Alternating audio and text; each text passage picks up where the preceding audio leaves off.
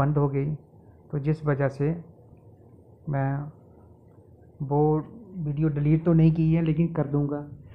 आज मैं आपको लगन चार्ट के बारे में थोड़ा बताने जा रहा हूँ कि कोई भी भाई हो, बहन हो, बच्चा हो, बुजुर्ग हो, अपनी कुंडली खुद देखना सीखें।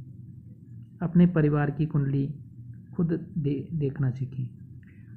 आपको जब तक थोड़ी बहुत कुंडली देखना नहीं आती, ज्योतिष का थोड़ा बहुत नॉलेज होना बहुत ज़रूरी है। क्योंकि अगर आप ऐसे किसी भी पंडित के पास जाओगे, किसी ज्योतिषाल पास जाओगे, तो वो एक तो आपको 500 रुपये फ़ीस, 1100 रुपये फ़ीस लेते हैं। ऑनलाइन ही यार कुंडली दिखाओगे तो फ़ीस भी लेते हैं, और वो कुछ भी कह देंगे।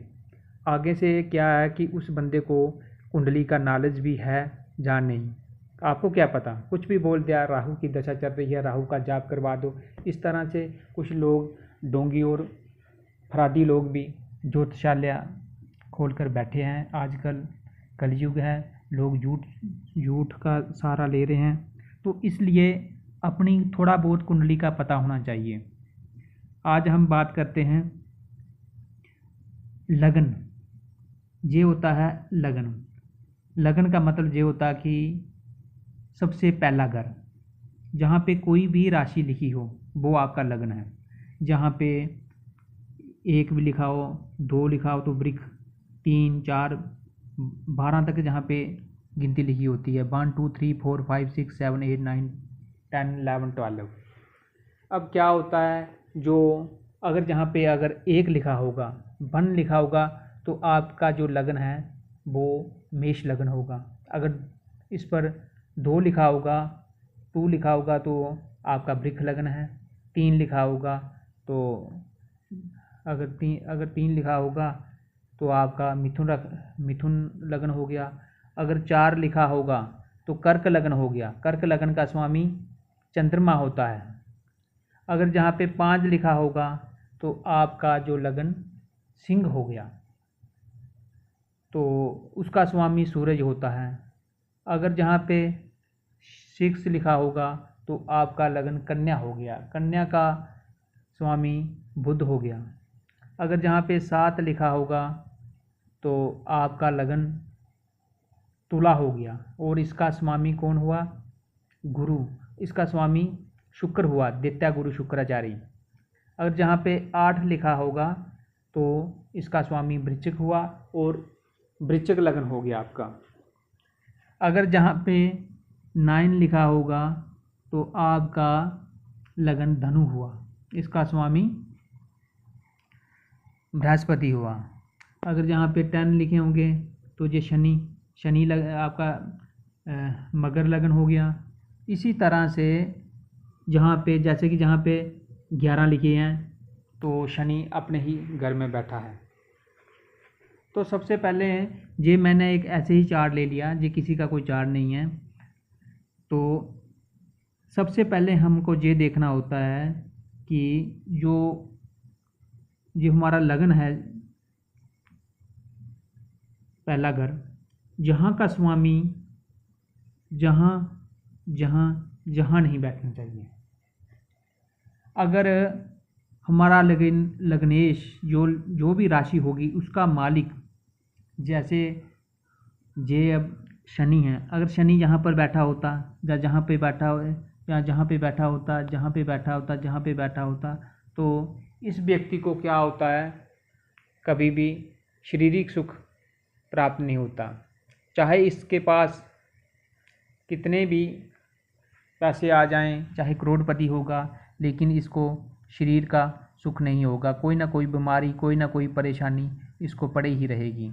लाइफ में टेंशनों में भरी लाइफ होगी इसकी।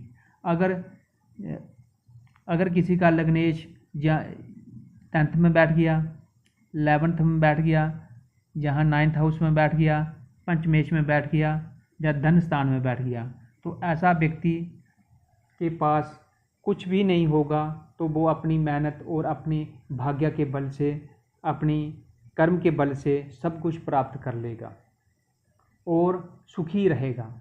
उसको ना कोई ज़्यादा बीमारियां लगेगी, और ना ज़्यादा परेशान रहेगा, उसके काम समय के साथ साथ उसको हर एक चीज़ प्राप्त होती रहेगी। तो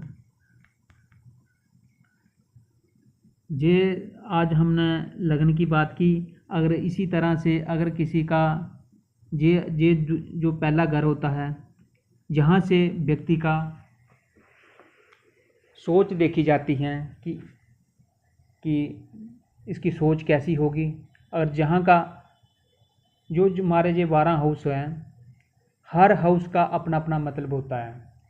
हमारी ज़िंदगी में कोई भी जो परेशानी आ रही है, तो हमें जब वो उस परेशानी का पता करना है कि वो परेशानी कब ख़त्म होगी और क्यों आ रही हैं, तो हमें कुंडली का वही हाउस चेक करना पड़ेगा। जो पहले हाउस से हम क्या देखते हैं कि वो व्यक्ति कमज़ोर होगा या बलवान होगा, उसका दिमाग कैसा होगा, तेज होगा या ऐसे डल बुद्धि होगी। तो अगर उसका लग्नेश उच्च राशि में बैठा है या अपने मित्र के घर में बैठा है और उसकी डिग्री वाइज अच्छी है, तो ऐसा व्यक्ति अच्छे काम करेगा, अच्छी सोच रखेगा और अच्छे लोगों के साथ उठना बैठना होगा और अच्छे काम करेगा और उसकी सेहत भी अच्छी रहेगी। तो ये दूसरा घर है। जो दूसरा घर है, दूसरे घर से क्या देखा जाता है, जहाँ पे आप 12th ये जो गिनतियाँ हैं ना, इनको मत देखें, सिर्फ भाव देखें। मैं कल की जो वीडियो थी ना, वो उसमें साउंड नहीं थी, उस वजह से मैं आपको फिर ये थोड़ा भाव के बारे में चर्चा कर रहा हूँ। ये दूसरा भाव है जहाँ से धन देखा जाता है कि किसी भी व्यक्ति के पास धन कितना होगा और धन वो किस रिलेशन से आएगा, कौन सी दिशा से आएगा। तो धन के बारे में देखा जाता है। जहाँ से परिवार भी देखा जाता है कि परिवार का सुख मिलेगा अथवा नहीं मिलेगा।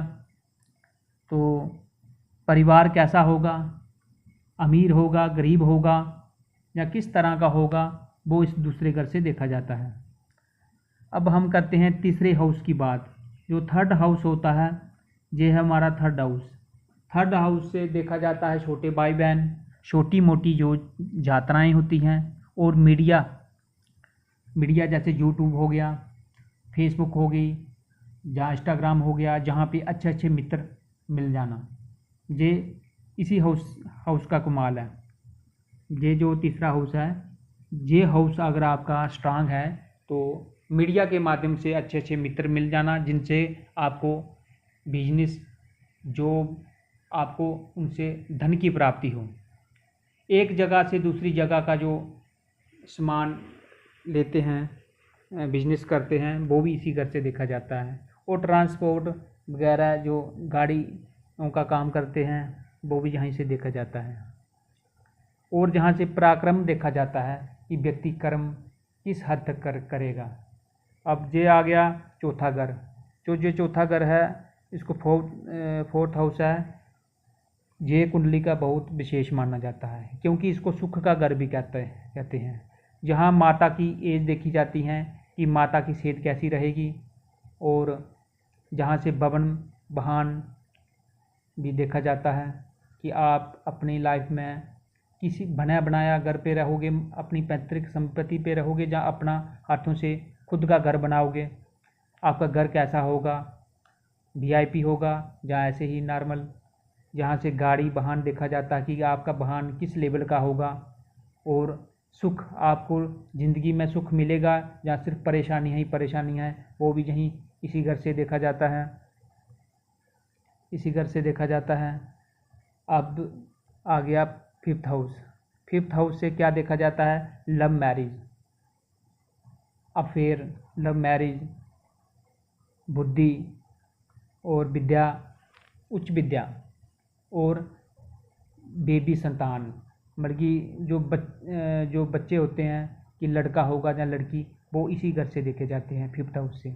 अगर किसी का फिफ्थ हाउस पीड़ित है या 6, 8, 12 में चला गया, तो उस व्यक्ति को बेबी पुत्र का सुख नहीं मिलता, उसको उपाय करके संतान की प्राप्ति होती है। अगर राहु की दृष्टि इस घर को लग जाए, तो ऐसे व्यक्ति को भी उपाय टोना टोटका करके बच्चे की प्राप्ति होती है। तो जहाँ से सट्टा लॉटरी भी देखी जाती हैं कि अगर हमारा ये 5th हाउस का जो प्लान है, ग्रह है, वो स्ट्रांग होगा, उच्च राशि में होगा, तो सट्टा लॉटरी से भी धन की प्राप्ति होती है। अब आते हैं ये 6th हाउस। ये जो 6th हाउस है, यहाँ से देखा जाता है कि आपका शत्रु कैसा होगा। ऋण, शत्रु, रोग। आपको अपनी लाइफ में किसी की भी कुंडली आप देख रहे हो तो जहाँ से आप इस 6th हाउस से आप पता कर सकते हैं कि उस व्यक्ति को कौन सी बीमारी लगेगी और बॉडी के कौन से पार्ट में उसको परेशानी होगी। ये 6th हाउस से देखा जाता है।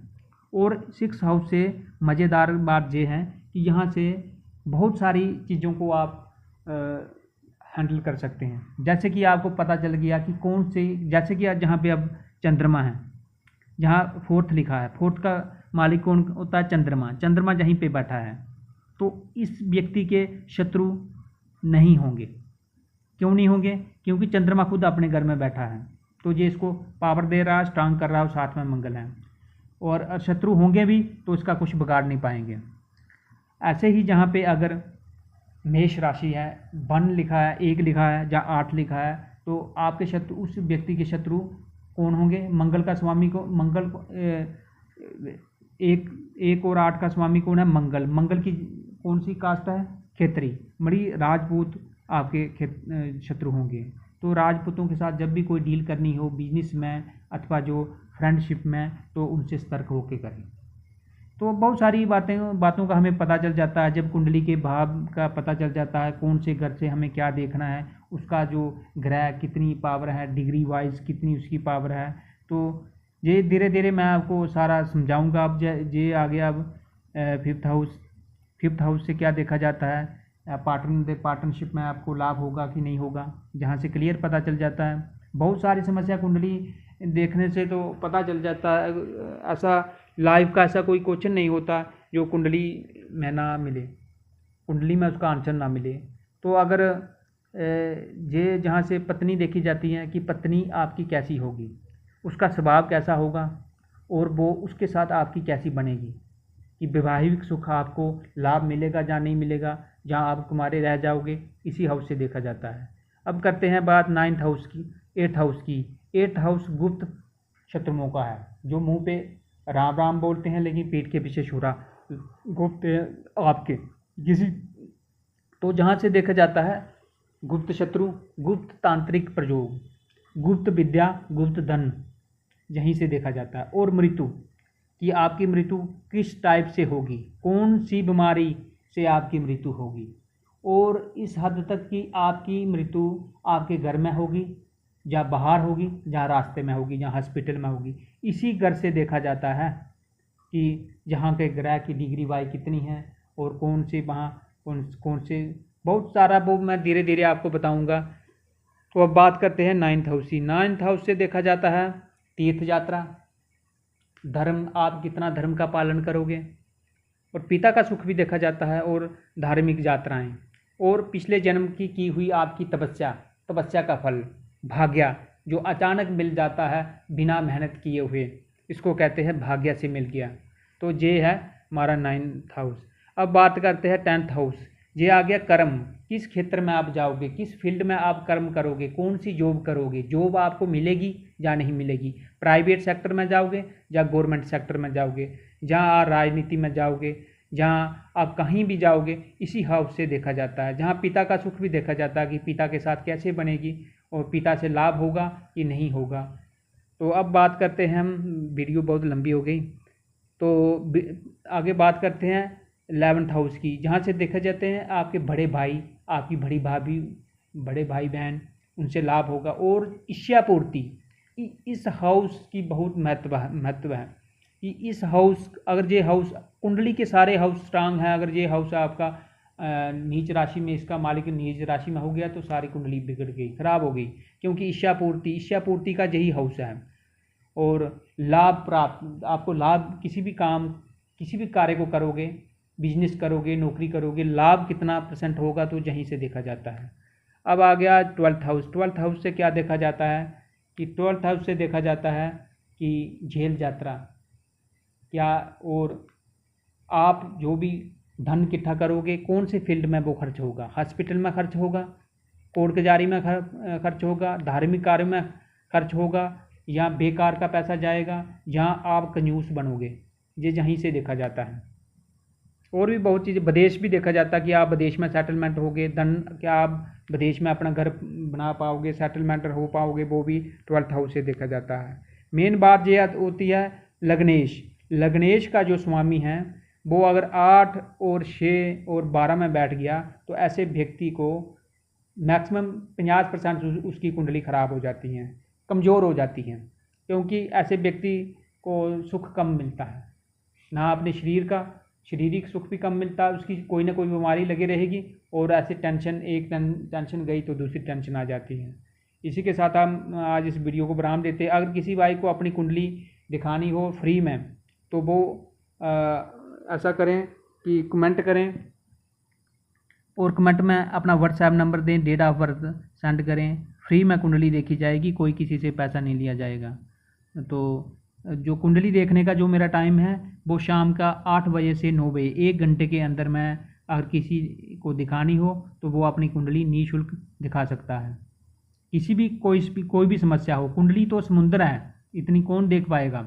कोई भी एक समस्या वो बोल के लिख दें और अपनी डेट ऑफ बर्थ सेंड कर दें। जैसे कि किसी की शादी नहीं हो रही, तो किसी के बेबी नहीं हो रहे, किसी का कोई कोर्ट मसला चल रहा है, तो आप दिखा सकते हैं। इसी के साथ मैं इस वीडियो को विराम देता हूँ। जय श्री कृष्ण।